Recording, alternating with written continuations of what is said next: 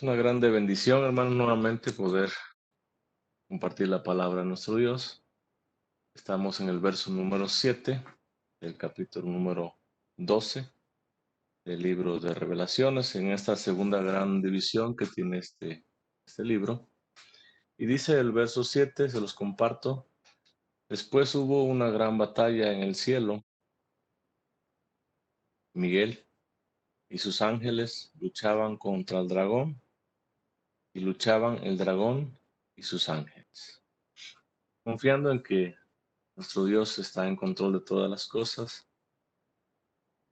Él es el que sustenta, gobierna todo en este universo. Dice Juan, recordemos que es Juan el que está escribiendo, que después, dice, hubo una gran batalla. ¿En dónde? En el cielo. Después de que Juan ve dos señales, una gran señal primeramente de una mujer que se encontraba embarazada, que iba a dar a luz un hijo varón, y después ve una señal, dice Juan, de un gran dragón escarlata que con su gran cola arrastraba o arrastró la tercera parte de las estrellas. La mujer, recordemos que está simbolizando la iglesia del Señor, que da luz en carne a nuestro Señor Jesucristo. Y este gran dragón simboliza a Satanás mismo, juntamente con sus demonios, con sus ángeles que le han seguido hasta este lugar. Dice que después de estas señales hubo una gran batalla en el cielo. Notemos nuevamente una gran batalla. No es cualquier batalla, sino, dice Juan, una gran batalla. Y este evento también se desarrolla, dice, en el cielo. Esta gran batalla, hermanos, es el efecto o la consecuencia del nacimiento, de la expiación y también de la ascensión de ese hijo varón que dio a luz esa mujer que se encontraba embarazada. Antes de estos acontecimientos, Satanás, podemos ver a través de la historia, Satanás se podía presentarse o podía presentarse delante de Dios sin ningún problema, con la finalidad de acusar a quienes, a los hijos de Dios. Antes de que Jesús naciera, antes de que Jesús hiciera esa obra expiatoria a favor de su iglesia, antes de que Jesús ascendiera a los mismos cielos, Satanás con toda esa libertad llegaba delante de la presencia de Dios. Oigan, y no era para traer buenas nuevas, sino para acusar a los redimidos, a los escogidos, a los hijos verdaderos del Señor. Y podemos ver allá en el libro de Job, vamos rápidamente al libro de Job, capítulo 1, dice el verso número 6, un día, dice, vinieron a presentarse delante de Jehová, ¿quiénes? Los hijos de Dios. Cabe aquí una pregunta: ¿quiénes son los hijos de Dios que se presentan delante de él? Los ángeles, sus siervos, esos ángeles que están a la orden, al mandato de Dios mismo, que cumplen la comisión de Dios. Ellos, dice, vinieron delante de Dios, pero sigue diciendo, entre los cuales vino también, ¿quién? Satanás.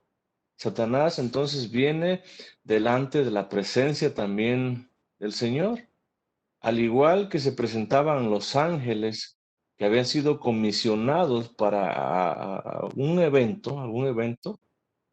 Viene también Satanás entre ellos y se presenta de la misma manera delante de Dios.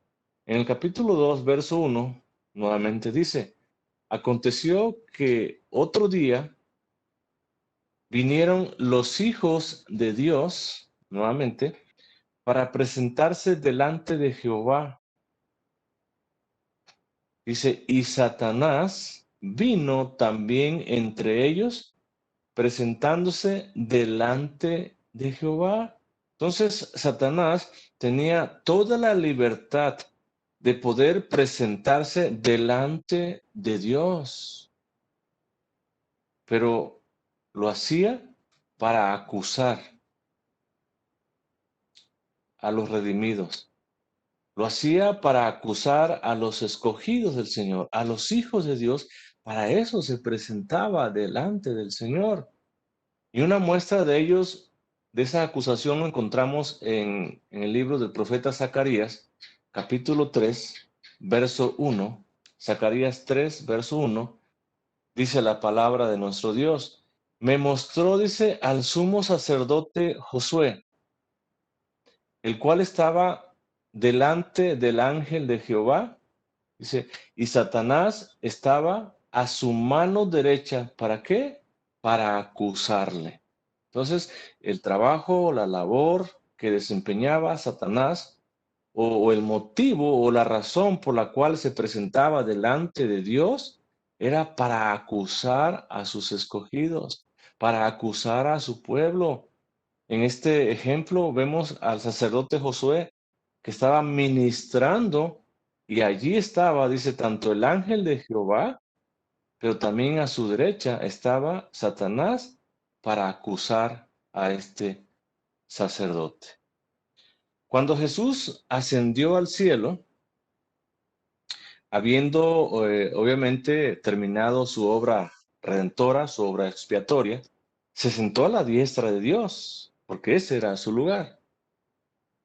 Y eso hizo que Satanás nunca jamás se presentara delante de Dios para acusar a sus escogidos, para acusar a sus santos. Entonces, este acontecimiento, cuando Jesús asciende a los cielos, hace imposible de allí en adelante que Satanás tuviera esa libertad, ese permiso de llegar a la presencia de Dios para acusar a los escogidos. Pablo nos lo dice claramente allá en Romanos capítulo 8, verso 33. Dice Pablo, ¿quién acusará a los escogidos de Dios?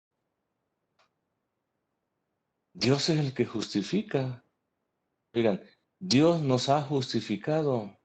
Dios nos ha declarado justos delante de su presencia, no porque seamos justos, sino por la justicia de Cristo que ha sido impuesta a nuestra vida.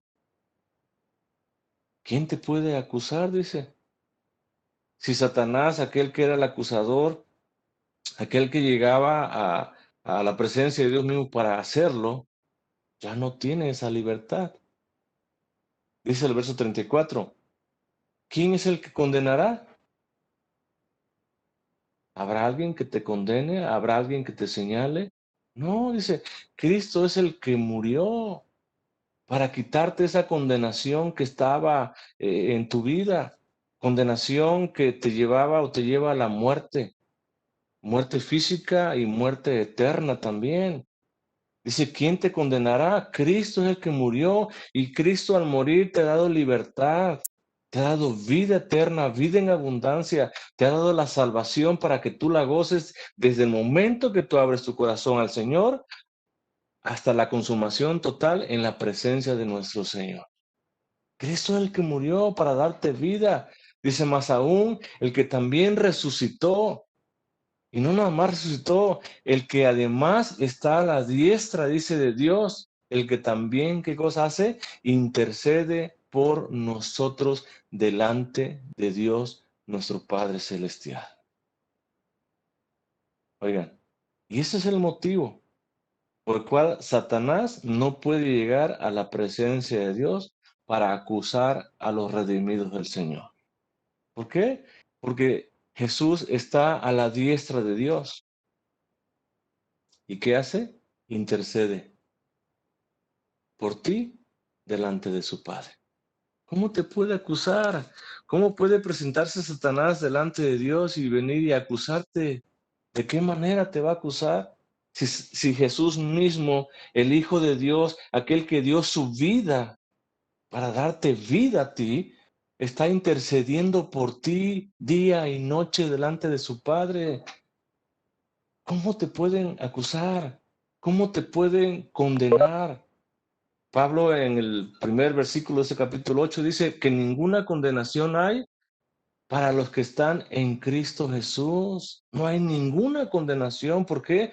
Porque Cristo en esa cruz quitó esa condenación que estaba sobre ti.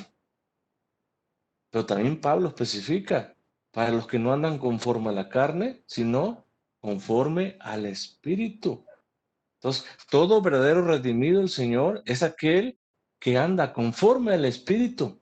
Y al andar conforme al Espíritu, no hay ninguna condenación en tu vida, en ti. No la hay.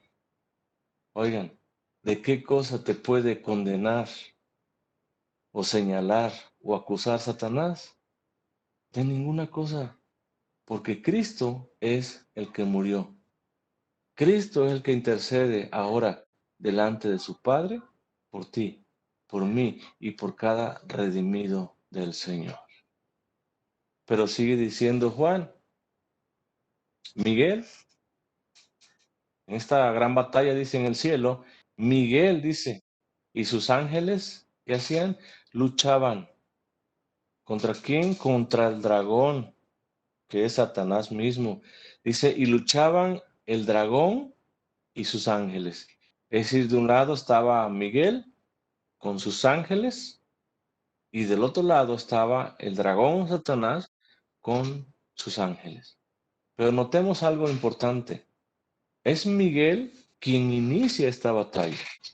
No es Satanás con sus ángeles, sino que es Miguel mismo iniciando o dando inicio a esta batalla. Y lo hace como príncipe sobre los ángeles buenos.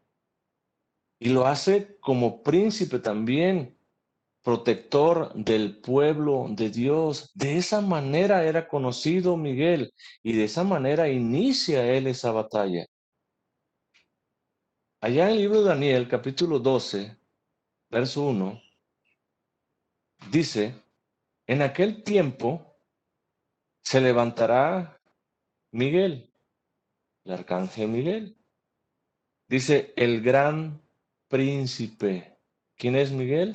Un arcángel, pero se le conoce como el gran príncipe.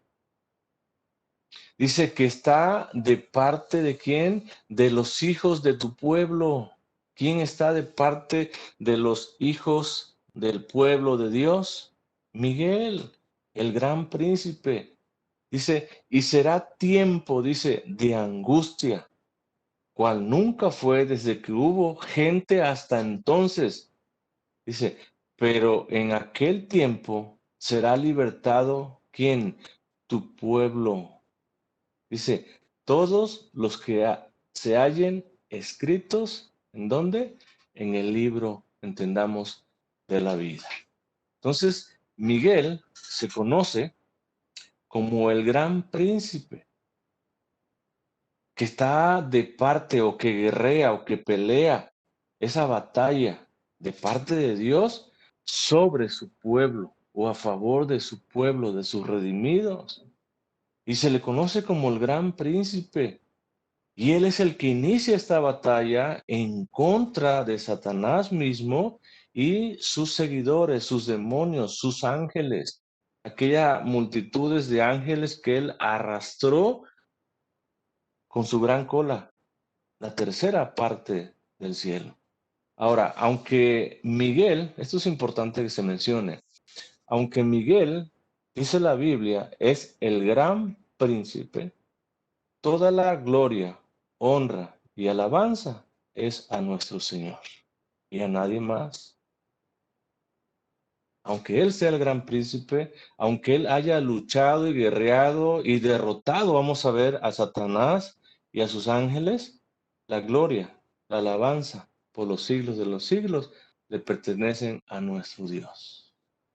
Y es interesante que Miguel, notemos, no reclama nada. Eso es importante. ¿Por qué entonces invocar a un ángel o a un arcángel?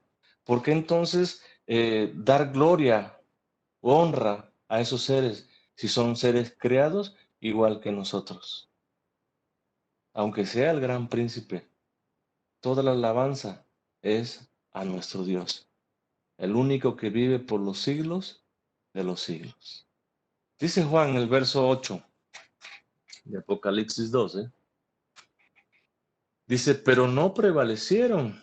Es decir, en esta lucha que inicia Miguel con sus ángeles, que guerreaban contra Satanás y sus ángeles también, dice que Satanás, ese gran dragón y sus ángeles, dice que no prevalecieron. Es decir, no tuvieron esa fuerza. Así se traduce prevalecer. No tuvieron esa fuerza, no tuvieron ese poder. Oigan, ni el dragón ni sus demonios tuvieron ese poder, esa fuerza para enfrentar a Miguel. No pudieron, no tuvieron ese poder, no tuvieron esa fuerza, porque toda la fuerza, todo el poder, ¿es de quién? De Dios. ¿Y estaba sobre quién? Sobre Miguel. Dice, ni se halló, dice, ya lugar para ellos en donde, en el cielo, como una consecuencia de esa derrota, Satanás y sus seguidores son expulsados, dice, del cielo. Ya no se halló lugar en el cielo para ellos. Ya no pueden entrar con esa libertad que anteriormente lo hacían, que llegaban para acusar al pueblo de Dios delante de Dios mismo. Ahora ya no lo pueden hacer. Ya no hay lugar más para ellos. ¿En dónde? En el cielo. Ya no lo hay. Perdieron esa batalla. Perdieron de alguna manera ese privilegio que tenían de llegar a la presencia de Dios y acusar al pueblo de Dios. ¿Cuándo sucedió esto? Cuando Jesús ascendió a los mismos cielos y se sentó en ese trono. El verso 9 dice, y fue lanzado, fue echado fuera, dice, el gran dragón, juntamente con sus servidores, juntamente con sus seguidores. El gran dragón, dice, fue lanzado, fue echado fuera del cielo. Oigan, y ya no se pueden acercar más allí. Ya no pueden llegar más ¿a dónde? Al cielo. Y notemos algo. Juan nuevamente le llama gran dragón, notemos. El gran dragón. Y lo hace debido a su gran poder que tiene este gran dragón. Porque tiene poder.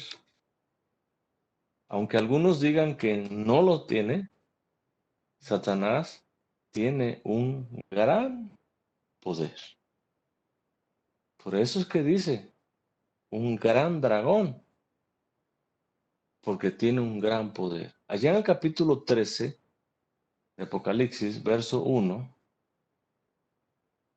dice, me paré sobre la arena del mar y vi subir del mar una bestia que tenía 7 cabezas y 10 cuernos, y en sus cuernos 10 diademas, y sobre sus cabezas un nombre blasfemo.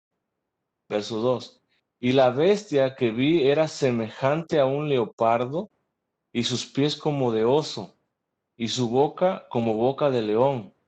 Y sigue diciendo, y el dragón, este gran dragón que habla Juan, le dio su poder, dice, y su trono y grande autoridad. ¿A quién? A esta bestia.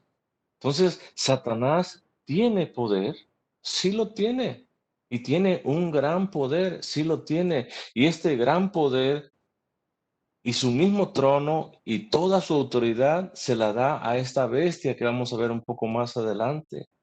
Pero tiene poder, por eso es que Juan dice, y fue lanzado, fue echado fuera ese gran dragón, con todo ese gran poder fue lanzado fuera, fue echado fuera. ¿De dónde? Del cielo.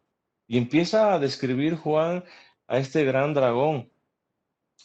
Y vamos a ver sinónimos que Juan le da a este gran dragón.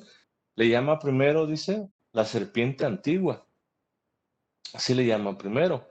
Y es una referencia de Satanás allá en el huerto del Edén, cuando engañó a Eva en ese paraíso.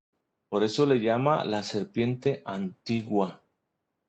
Y Pablo hace alusión también de esa serpiente antigua ahí en 2 Corintios, capítulo 11, verso 3. Dice Pablo, pero temo, dice, que como la serpiente con su astucia engañó a Eva, recordemos que era la más astuta, dice la palabra de Dios en Génesis, de los animales que Dios había creado, dice, vuestros sentidos o vuestro pensamiento o vuestro entendimiento, se traduce así, sean de alguna manera extraviados, corrompidos. Dice, de la sincera fidelidad a Cristo. Nuevamente dice, pero temo que como la serpiente con su astucia engañó a Eva, vuestro pensamiento o vuestro entendimiento sean de alguna manera, dice, corrompidos de la sincera fidelidad a Cristo. Todo verdadero creyente tiene una sincera fidelidad a Cristo. ¿En dónde? En su pensamiento. Cristo está en primer lugar en sus pensamientos. Y dice Pablo, temo, dice, me da temor que esta serpiente antigua venga y haga lo mismo que hizo con Eva, ¿en dónde? Allá, en el huerto del Edén. Juan también le llama, o dice que se llama diablo también. La palabra diablo se traduce como calumniador, se traduce como difamador, pero también se traduce como mentiroso. Entonces el diablo, Juan lo describe de esa manera. Es un ser calumniador. ¿Qué hace un calumniador? Calumnia, habla mal de ti delante de alguien más. Es un difamador. ¿Qué hace un difamador? Lo mismo, es un mentiroso. ¿Quién? El diablo. Y Juan también allá mismo en su evangelio, también en el capítulo 8, verso 44, dice, vosotros sois de vuestro padre el diablo, diciéndole a los fariseos. Y los deseos, dice, de vuestro padre queréis hacer. Él ha sido, dice, homicida. ¿Desde cuándo? Desde el principio él ha sido homicida. Dice, y no ha permanecido en la verdad. ¿Por qué razón? Porque no hay verdad en él. Porque su esencia entera, completa, es mentira. Dice, cuando habla mentira, de suyo habla. Porque es mentiroso, dice, y padre de mentira. Entonces, Satanás, hermanos, es un calumniador, es un difamador, es un mentiroso, porque todo su ser es mentira. Todo está lleno de mentira, porque dice, de lo suyo habla, de lo que él tiene es lo que habla. ¿Y qué cosa es? Mentira. Juan sigue diciendo que también, o Juan le describe también como Satanás. Y la palabra Satanás se traduce como el acusador, pero también del hebreo también se traduce como adversario. Entonces, Satanás es el acusador, aquel quien acusa, pero también es el adversario. Ahora, si es el adversario de Dios, también será de aquellos que le sirven y que adoran al Señor como una consecuencia. Es adversario de Dios, viene con todo, viene a perseguir, viene a matar, viene a quienes, a los que sirven y adoran ¿a quién? A Dios.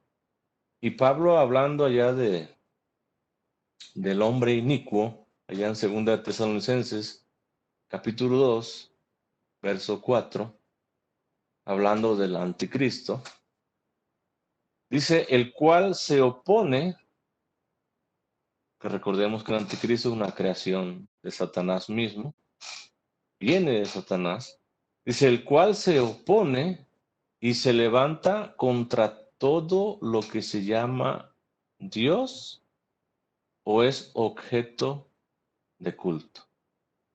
Entonces, este Satanás, este acusador, este adversario, no solamente es un adversario de Dios, no solamente se ha constituido un enemigo de Dios, sino que también se ha constituido un adversario o un enemigo ¿de quién?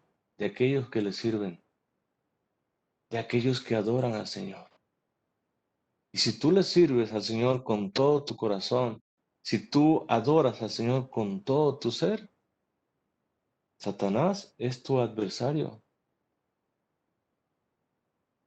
Y Satanás buscará la manera de poder destruirte, porque se opone, dice, porque se levanta contra todo lo que se llama a Dios y contra todo aquello que es objeto de culto a quien, a Dios mismo. Allí está Satanás en contra de todo ello, porque es el adversario. Pero Juan también lo describe, dice, el cual, sigue diciendo, el cual engaña, dice, hace errar, se traduce la palabra engañar, hace extraviar, descarría también, seduce, ¿a quién? Al mundo entero. Notemos esto. ¿Quién? Satanás, el diablo, la serpiente antigua, el gran dragón. Dice, engaña. ¿A quién? Al mundo entero. Lo hace errar, lo hace extraviarse de su verdadero propósito, de su verdadero fin, que es el de glorificar a Dios. Hace que el mundo entero se descarríe. Y basta, hermanos, con echar una mirada allá afuera. Y se darán cuenta que Satanás verdaderamente está engañando al mundo entero. Que Satanás verdaderamente está o ha descarriado en su totalidad al mundo entero. Lo ha seducido, lo ha pervertido en su totalidad al mundo entero, dice. Porque eso es lo que hace Satanás. Viene y hace extraviarse, viene y descarrea al mundo, viene y seduce al mundo, dice. Ahora, yo les pregunto, ¿quiénes son el mundo entero? Los no creyentes, aquellos que no han aceptado a Cristo, aquellos que escuchan el mensaje una y otra vez y se niegan a aceptar a Cristo. A ellos, dice, los engaña, a ellos los hace errar, a ellos los ha extraviado, a ellos los ha descarriado, a ellos los ha seducido totalmente, a ellos. Dice 2 Corintios capítulo 4, verso 4, dice, en los cuales el Dios de este siglo, ¿quién es el Dios del siglo? Satanás. Dice, cegó el entendimiento de quienes, de los incrédulos. Los tiene cegados totalmente, los tiene extraviados, los tiene seducidos totalmente. Y da el por qué Pablo dice, para que no les resplandezca la luz del evangelio de la gloria de Cristo, el cual es la imagen de Dios. ¿Para qué los tienen cegados? ¿Para qué los tiene engañados, extraviados, errados, descarriados, seducidos? Para que no resplandezca, dice, el evangelio de Cristo en sus vidas. Porque ese evangelio trae libertad. Porque ese evangelio trae buenas nuevas de vida eterna. Por eso es que Satanás engaña al mundo, por eso es que los tiene cegados, por eso es que los tiene seducidos totalmente, por eso es que hay tantas ofertas allá afuera en este mundo para seducir, para atraer, para pervertir al mundo entero. Y dice, y la luz del evangelio no le resplandezca en su vida. Sigue diciendo Juan, fue arrojado, dice. ¿Quién? El gran dragón. ¿A dónde? A la tierra. Ese gran dragón, juntamente con todos sus ángeles, dice, fue lanzado a la tierra. Dice, y sus ángeles fueron arrojados con él. Ahora, ellos se encuentran en ese lugar, en un lugar destinado y preparado por Dios mismo para ellos. Oigan, y hacen en ese lugar hasta donde Dios se los permite y de acuerdo a su voluntad. Es decir, el hecho de que han sido arrojados a la tierra, fuera del cielo, no quiere decir que están en completa libertad para destruir totalmente al mundo, sino que van a hacer lo que Dios les permita. Van a hacer aquello que vaya de acuerdo a la voluntad de Dios y no de ellos. Aunque hayan sido arrojados en la tierra. Satanás y sus ángeles hacen la voluntad de Dios mismo. Son servidores para hacer la voluntad de Dios mismo. ¿En dónde? En esta tierra, en este mundo. El verso 10 dice, entonces oí una gran voz en el cielo que decía, ahora ha venido la salvación, el poder y el reino de nuestro Dios y la autoridad de su Cristo. Dice Juan, que entonces en estos momentos él escuchó, dice, una gran voz, notemos nuevamente una gran voz, ¿en dónde? En el cielo. Nuevamente nos señala que este evento se está llevando a cabo o está siendo realizado en el cielo. Y esta voz decía algo. Ahora, aunque no dice Juan de quién es esa gran voz, a lo mejor tú te preguntes, dices, una gran voz. Se infiere o podemos deducir que esta gran voz viene o es de los santos que moran en el cielo ya. Porque ellos hablan y dicen nuestros hermanos.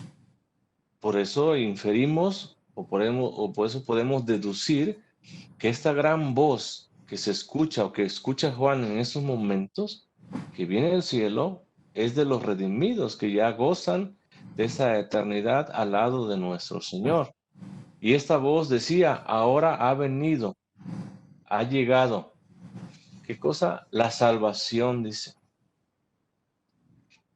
El poder y el reino, ¿de quién dice? De nuestro Dios. Notemos eso. La salvación, dice, el poder, el reino, ¿a quién le pertenece? A Dios. A nuestro Dios. Oigan, y a nadie más.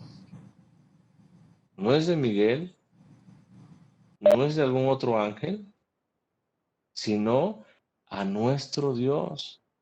Dice, y la autoridad de su Cristo. Todo esto le pertenece a quién? A nuestro Dios. Estos redimidos en el cielo dan honra a Dios. Notemos esto. Y en esa honra, en esa gloria, en esa alabanza que le dan a Dios, es a Dios mismo que le atribuyen la salvación de su pueblo. Oigan, que realizó Cristo. Entonces, la salvación, hermanos, es una obra de principio a fin de quién? De Dios. Y la realiza a través de Cristo. La salvación, entonces, hermanos, le pertenece ¿a quién? A Dios. Es de nuestro Dios. Y es Dios en su gran misericordia, es Dios en su grande gracia, que un día nos la dio, nos la regaló. ¿A quién? A quien a Él le plació o a quien Él quiso dársela, a Él se la ha dado. Gracias a Dios porque un día nos miró a nosotros. Gracias a Dios porque un día nos regaló en su grande misericordia esa salvación que le pertenece solamente a Dios. Y podemos ahondar un poco más. Esa salvación no es de Pedro, como algunos creen, no es de Pablo, no es de ninguna otra persona ni ninguna otra deidad, sino no, solamente de quién, de Dios. De principio a fin, la salvación es una obra que le pertenece a Dios y solamente a Dios. Por eso es que estos redimidos honran y glorifican el nombre de nuestro Dios, porque ellos se dan cuenta. Ellos dicen la salvación, el poder, el reino y la autoridad es de nuestro Dios y de nadie más.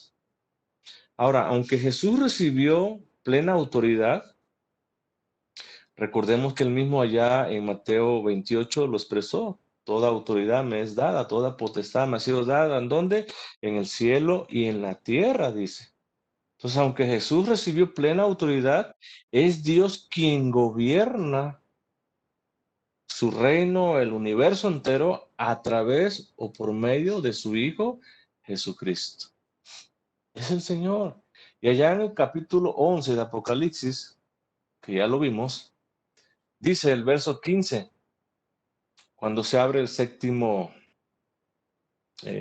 trompeta, dice, el séptimo ángel tocó la trompeta y hubo grandes voces en el cielo que decían, los reinos del mundo, dice, han venido a ser de quién? De nuestro Señor y de su Cristo.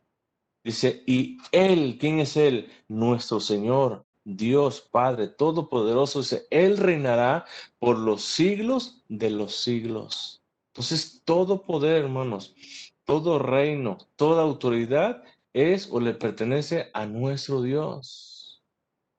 A través de Cristo, Él ejerce ese poderío, esa autoridad. A través de Cristo hizo realidad, ¿qué cosa? La salvación de la cual hoy gozamos nosotros. Entonces la salvación es obra de nuestro Señor a través de Cristo. La autoridad es de nuestro Dios a través de Cristo. Todo es a través de Cristo, porque ha sido, dice, sigue diciendo Juan, porque ha sido lanzado, ha sido echado abajo, ha sido echado fuera. ¿Quién? El acusador de nuestros hermanos. Dice, el que los acusaba delante de nuestro Dios, ¿cuándo? Día y noche. Día y noche este acusador se presentaba delante de Dios para acusarte. Oigan, apenas decías algo y ya estaba el acusador delante de Dios señalándote y él te acusaba. Pero cuando Jesús se entronizó, o cuando tomó posesión de ese trono, toda acusación a Satanás delante del trono llegó a su fin. Toda acusación que llevaba a Satanás de los redimidos, de los elegidos, de los hijos de Dios delante del trono, llegó a su fin. Oigan, pero no acepta su derrota, no reconoce su derrota, sino que sigue obrando y seguirá obrando en contra de los seguidores de Cristo, buscando la manera de hacerlos caer. Y una y otra vez lo estará haciendo. Repetidas veces lo seguirá haciendo, porque él no reconoce que ha sido derrotado. Allá en Primera de Pedro, capítulo 5, verso 8, dice Pedro: sed sobrios y velad. Estén atentos, estén alertas, velen, dice. Y dice, ¿por qué? Porque vuestro adversario o vuestro enemigo, ¿quién es? El diablo, aquel que ha sido lanzado del cielo hacia la tierra, dice, ese es tu enemigo, aquel que es enemigo de Dios. Tú pasas a ser parte también de esa enemistad por causa de tu fe en Cristo. Dice tu enemigo, tu adversario, el diablo. Dice, como león rugiente, anda, dice, alrededor buscando a quién devorar. Notemos esto, hermano. Y ahí anda. Y ahí andará alrededor de quién? De los creyentes del Señor. Buscando la manera de cómo hacerlos caer, de cómo devorarlos. Buscando la manera de cómo meterlos en tentación para que el creyente ceda ante esa tentación. ¿Por qué? Porque Satanás no reconoce que ha sido derrotado. Y mientras tenga tiempo, y vamos a ver, él seguirá actuando de esa manera. Él seguirá buscando la manera de hacerte caer. Él seguirá buscando la manera de que tú no sigas glorificando el nombre de Cristo. Pero dice Pedro en el verso 9, al cual, ¿quién es al cual? A Satanás. Resistid, dice, ¿de qué manera? Firmes en la fe. Cuando nosotros estamos firmes, hermanos, en la fe, es como resistimos toda obra, toda acechanza de quién, de Satanás en nuestra vida. Y podrá poner muchas tentaciones y podrá andar alrededor de nosotros buscando la manera de cómo devorarnos, de cómo hacernos caer. Pero si estamos firmes en la fe de nuestro Señor Jesucristo, el diablo, dice Santiago, huirá, correrá de vosotros, dice.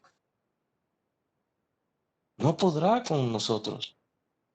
Pero si tu fe es una fe tambaleante, una fe que no es alimentada con la palabra de Dios, cuidado, porque Satanás allí anda y anda buscando, anda viendo la manera de cómo entrar y cómo devorarte. Y esa es la obra de Satanás. Dice, porque ha sido lanzado, ha sido echado fuera el acusador de nuestros hermanos, el que los acusaba delante de nuestro Dios día y noche. Ahora, de esa manera, día y noche andará buscando la manera de hacerte tropezar, de hacerte caer. Ya no te puede acusar, pero puede buscar la manera día y noche de cómo hacerte caer. Y cuidado y le abramos una puerta, porque entra y te devora. Verso 11. Y ellos dicen, ¿Quiénes son ellos? Los redimidos. Le han vencido. ¿A quién? Al acusador y a sus demonios. Y le han vencido porque Jesús les ha dado, nos ha dado la victoria. No porque nosotros tengamos ese poder para vencer a Satanás. Recordemos que allá en Judas, ni el mismo Miguel se atrevió, dice, a enfrentar a Satanás de esa manera, reprendiéndole, sino que le dijo, Jehová te reprenda, y sea Jehová quien acabe contigo, quien te venza, no yo. Yo no puedo. Entonces es Jesús quien ha dado la victoria, ¿a quién? A los verdaderos redimidos del Señor, a los verdaderos creyentes del Señor, dice, ya han vencido, así lo ve Juan. Aunque Jesús todavía no viene en su segunda venida, ya Jesús, Juan, perdón, lo da como un hecho, lo da por sentado, de que el verdadero creyente ya ha vencido, porque esa victoria se la da Jesús mismo. Y en 1 Corintios capítulo 15, verso 57, dice Pablo, más gracias sean dadas, ¿a quién? A Dios. Y sigue diciendo, que nos da la victoria, dice, ¿por medio de quién? De nuestro Señor Jesucristo. Entonces, la victoria que existe en nosotros sobre Satanás, sobre nuestro acusador, no es obra de nosotros, sino es obra de Dios en Cristo, nuevamente lo vemos. Y es Cristo quien nos ha dado la victoria. Por eso nosotros debemos darle siempre gracias a Dios. Debemos ser agradecidos con el Señor. Gracias, Señor, porque tú me has dado la victoria, Señor. Gracias, Señor, porque es por tu gracia, por tu misericordia, que hasta el día de hoy me mantengo, Señor, de pie delante de ti, Señor. No son mis fuerzas, no son mi sabiduría. No, Señor, es tu gracia actuando en mi vida, en cada momento, en cada etapa de mi vida. Es tu gracia, es tu poder, Señor. El que me mantiene de pie son tus fuerzas, no son mis fuerzas, Señor. Eres tú, Señor, actuando en mi vida. Y sigue diciendo Juan, por medio, dice, de la sangre del Cordero. Dice que ellos le han vencido, dice, y ha sido por medio de la sangre del Cordero.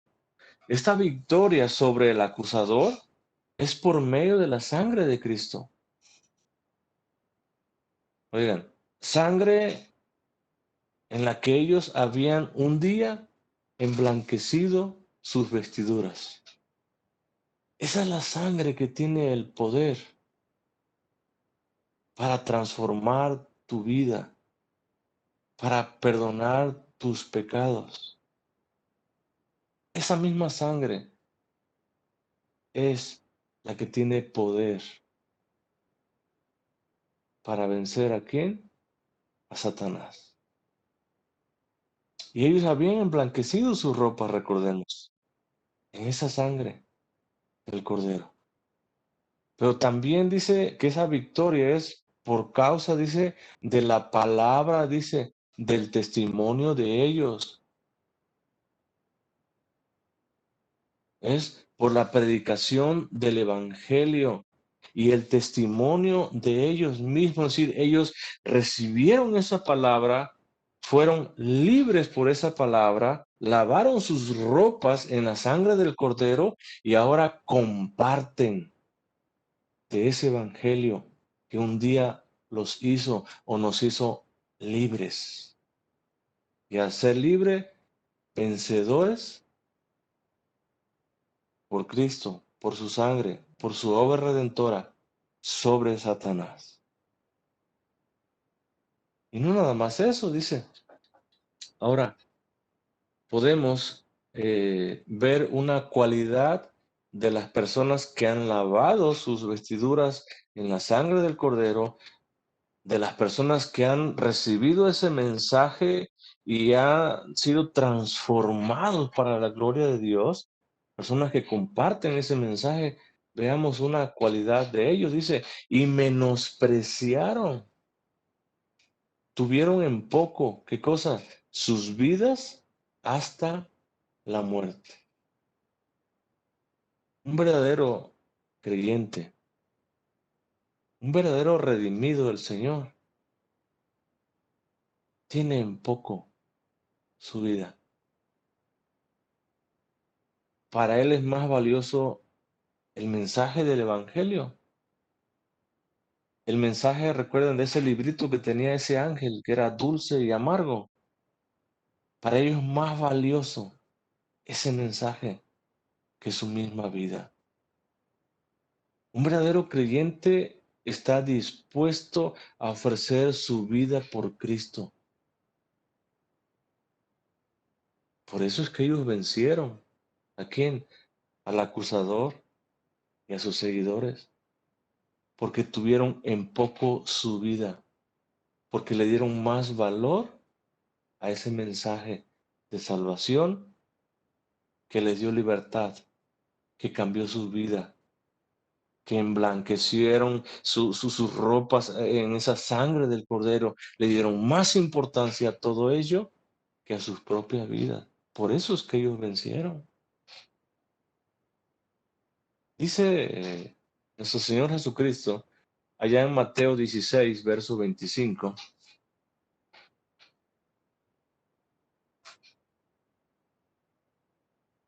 porque todo el que quiera salvar su vida, la perderá, dice.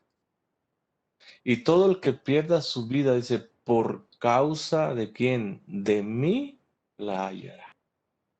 Entonces, el verdadero creyente, hermanos, del Señor, aquel que verdaderamente ha sido redimido por esa sangre, de ese sacrificio que Cristo efectuó en esa cruz del Calvario, menosprecia su vida hasta la misma muerte. Para él vale más el mensaje o ser portador de ese mensaje que su propia vida.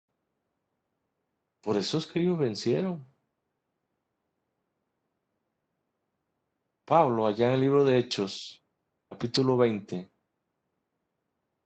verso 23, dice, salvo que el Espíritu Santo, dice, por todas las ciudades me da testimonio, le daba testimonio aquí en a Pablo, diciendo que me esperan, ¿qué cosa?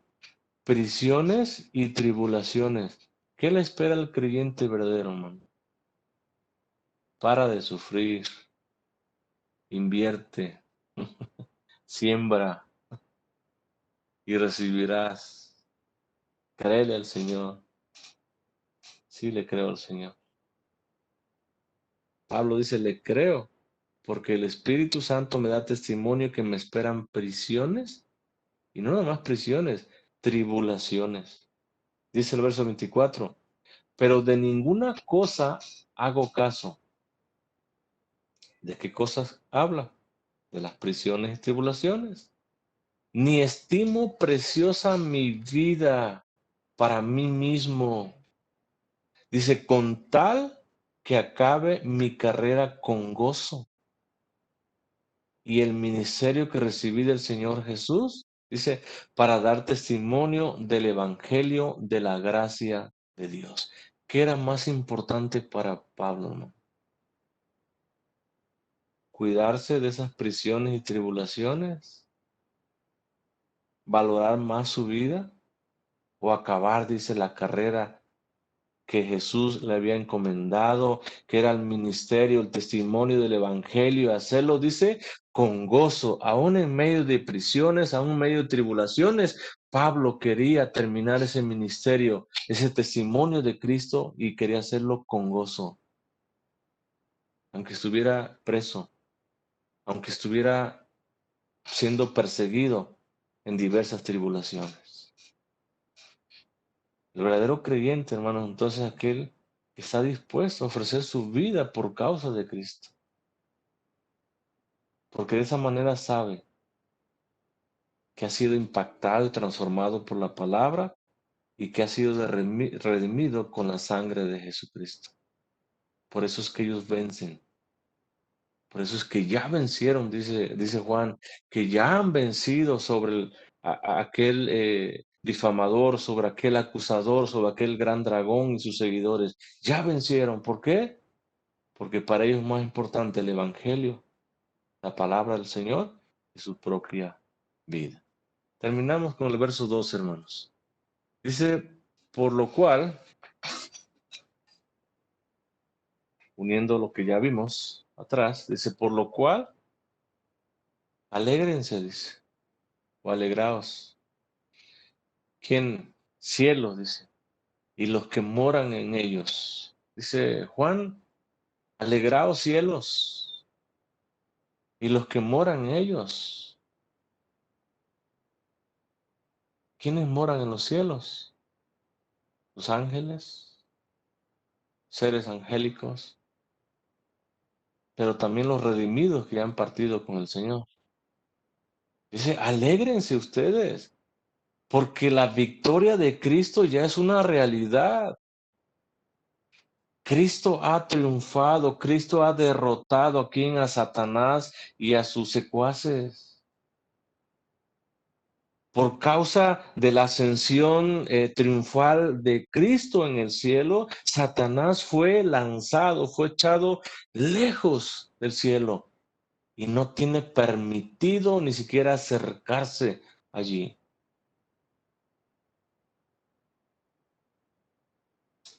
Hay de los moradores, sigue diciendo.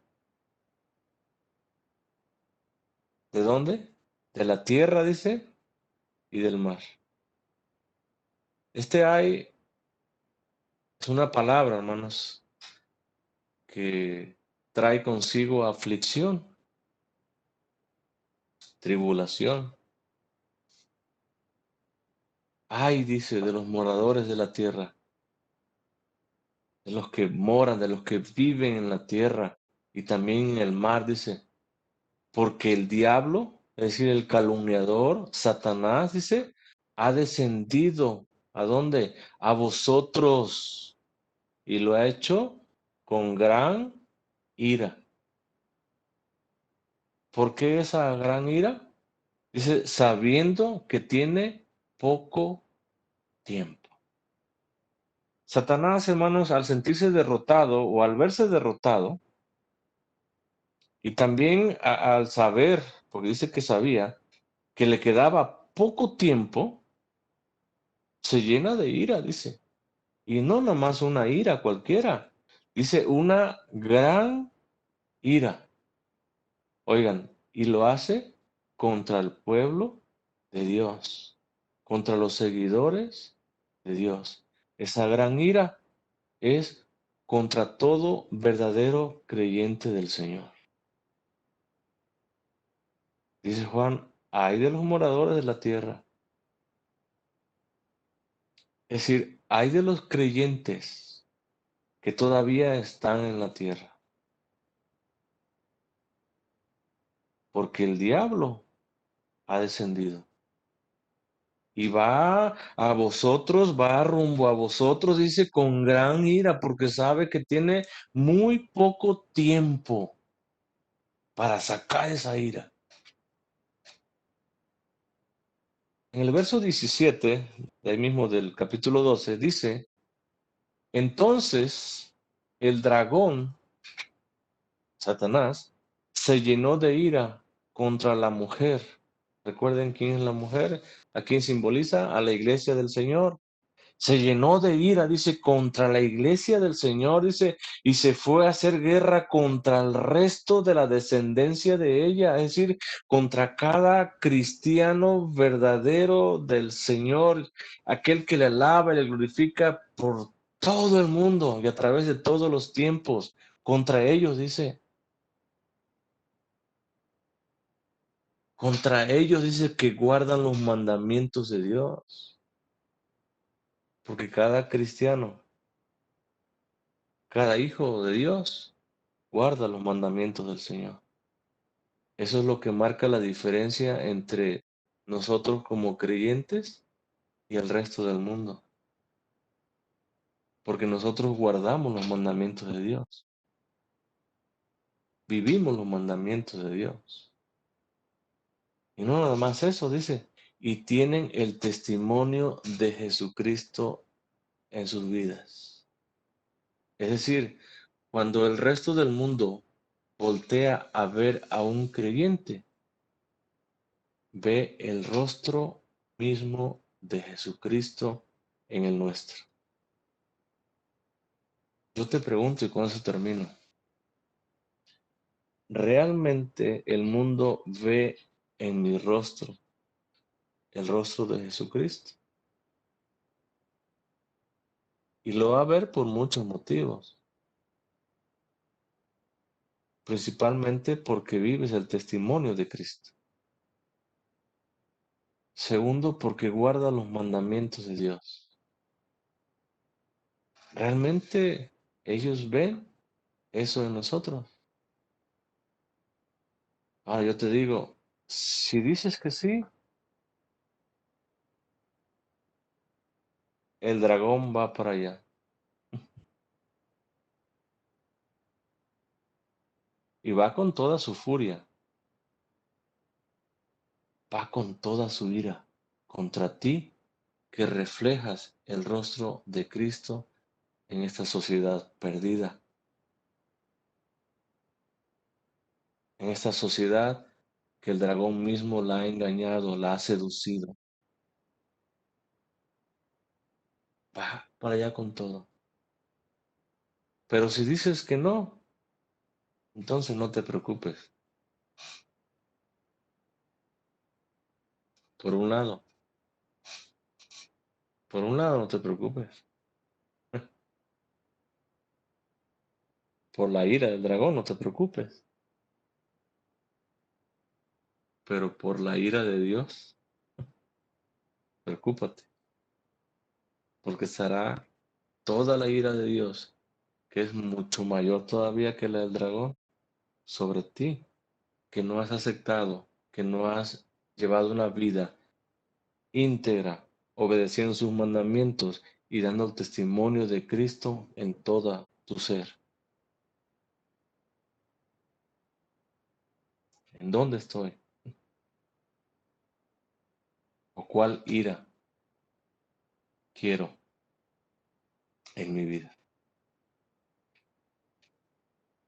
Dios nos bendiga, hermanos, y nos dé de su gracia y fortaleza para seguir adelante. Y que en los momentos de flaqueza, en los momentos de tribulación, de aflicción, de tribulación, que Él sea dándonos de su gracia, de su bendición, que Él sea sosteniéndonos en todo tiempo, en todo momento, y que hasta el último aliento de nuestra vida glorifiquemos y exaltemos el nombre de nuestro Señor. Dios les bendiga, hermanos.